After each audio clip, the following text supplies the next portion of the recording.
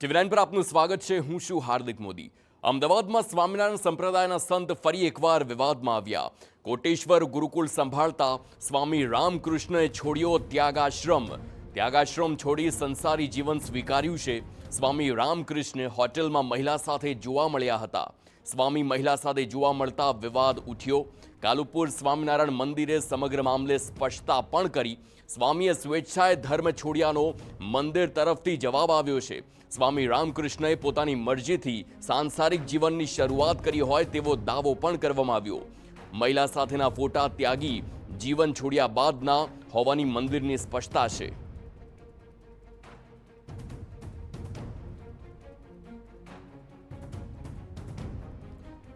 તો સ્વામીએ ત્યાગાશ્રમ છોડ્યો હોય અને પાછા સંસારી જીવનમાં ફર્યા હોય તેને લઈને આખો વિવાદ સર્જાયો છે અને હવે મંદિર તરફથી પણ સ્પષ્ટતા સામે આવી છે। ત્યાગાશ્રમ છોડી સંસારી જીવન સ્વીકાર્યું છે। સ્વામી રામકૃષ્ણ હોટેલમાં મહિલા સાથે જોવા મળ્યા હતા। સ્વામી મહિલા સાથે જોવા મળતા વિવાદ ઉઠ્યો।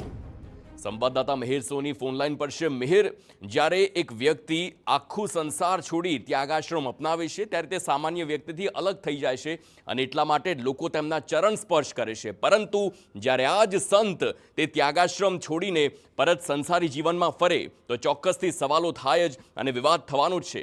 હાલ શું વધુ વિગતો મળી રહી છે?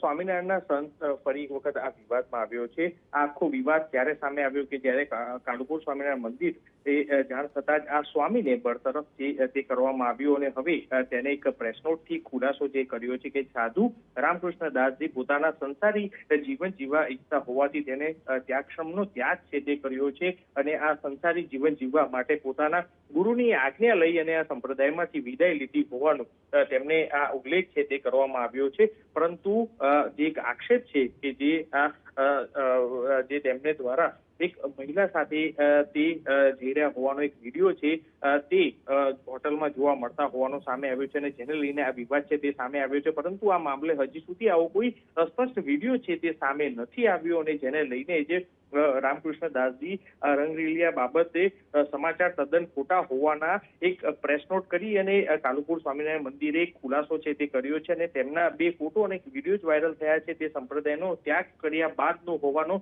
તેમને ઉલ્લેખ છે તે કરવામાં આવ્યો છે અને સાથે જ સ્પષ્ટ રીતના કાલુપુર સ્વામિનારાયણ મંદિર તરફથી તેમને જવાબ આપતા કહ્યું છે કે સ્વામી પોતાનો સ્વૈચ્છિક રીતે ધર્મ છે તે છોડ્યો છે, પરંતુ હજી સુધી અનેક વખત મંદિરના ટ્રસ્ટના હોદ્દેદારોના ફોન નો સંપર્ક કર્યો હતો, પરંતુ સતત ફોન છે તે સ્વિચ ઓફ રહ્યો હતો અને જેને લઈને જે સમગ્ર મામલે કાલુપુર સ્વામિનારાયણ મંદિર દ્વારા આ મામલો દબાવવાનો પ્રયાસ છે તે કરતા હોવાનું સામે આવ્યું છે। એટલે હજી સુધી જે આક્ષેપો લાગવામાં આવ્યા છે કોટેશ્વર ગુરુકુળના જે આ સ્વામી ને લઈને હાલ તે રામકૃષ્ણ દાસજીને લઈને, પરંતુ તેની હજી સ્પષ્ટતા છે તે સામે નથી કરવામાં આવી, પરંતુ આ પ્રેસ નોટ જાહેર કરી અને તેમની બચાવ છે તે કરવામાં આવ્યો છે અને જેને લઈને જ હવે સામે આવ્યું છે કે જે કોટેશ્વર ગુરુકુળ સંભાળતા આ સ્વામી રામકૃષ્ણજી સંસારિક જીવન જીવવાનું શરૂઆત કર્યું છે અને તેનો જ આ વિડીયો સામે આવ્યો છે।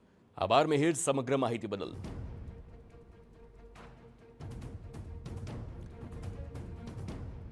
તો સમગ્ર ઘટનાને જ્યોતિર્નાથ બાપુ દ્વારા વખોડવામાં આવી છે। આ કદી પણ માફ કરવા લાયક કૃત્ય નહીં।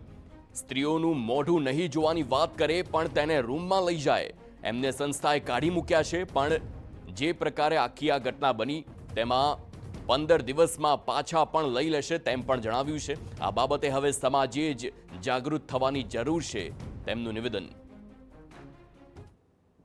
આ લોકો તો વાત કરે કે છોકરીનું મોઢું નહીં જોવું, સ્ત્રીઓનું મોઢું નહીં જોવું, તો સ્ત્રીઓને રૂમમાં લઈ જવાય? હે, શું વાહિયાત વાતો ને વાહિયાત પદ્ધતિઓ!